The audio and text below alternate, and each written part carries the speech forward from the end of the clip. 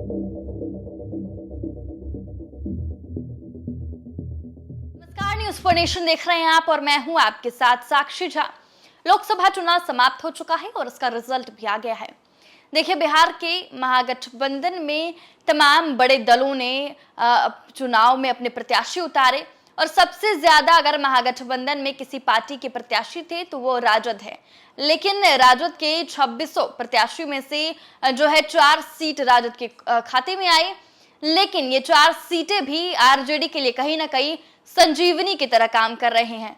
क्या है पूरी जानकारी, आइए हम आपको बताते हैं विस्तार से। जनता दल प्रमुख लालू प्रसाद यादव के परिवार के लिए इस बार का लोकसभा चुनाव 2024 महत्वपूर्ण रहा। उनकी बेटियां जहां मीसा भारती ने पाटलिपुत्र और रोहिणी आचार्य ने सारण से चुनाव लड़ा, इस बीच उनके छोटे बेटे और राजनीतिक उत्तराधिकारी माने जाने वाले तेजस्वी यादव ने पहली बार आम चुनाव में विपक्षी इंडिया गठबंधन का बिहार में नेतृत्व किया। तेजस्वी के नेतृत्व में आरजेडी ने बिहार की 2600 सीट पर चुनाव लड़ा और 4 सीटों पर जीत दर्ज की। 4 सीटों में पाटलिपुत्र भी शामिल है, जहां से लालू की बेटी मीसा भारती ने जीत दर्ज की है। इसके लोकसभा चुनाव में आरजेडी एक भी सीट नहीं जीत सकी थी। ऐसे में आरजेडी के लिए चुनाव किसी संजीवनी से कम नहीं है। तेजस्वी के नेतृत्व में पार्टी ने 4 सीटों पर जीत दर्ज की है, जो पार्टी के लिए एक सकारात्मक संकेत है। इस बार के आम चुनाव से तेजस्वी यादव ने अगले साल होने वाले विधानसभा चुनाव के लिए मंच तैयार कर दिया है।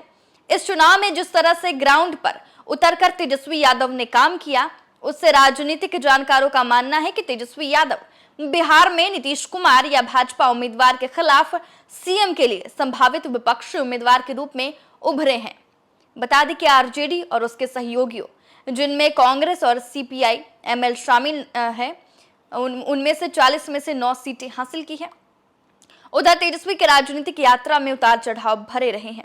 2015 के राज्य चुनाव के दौरान जहां आरजेडी ने जेडीयू के साथ गठबंधन किया था, वो डिप्टी सीएम के पद पर कार्यरत थे। नौकरी, रोजगार, शिक्षा और स्वास्थ्य पर ध्यान केंद्रित करके तेजस्वी यादव ने युवाओं के बीच अपनी पकड़ मजबूत की।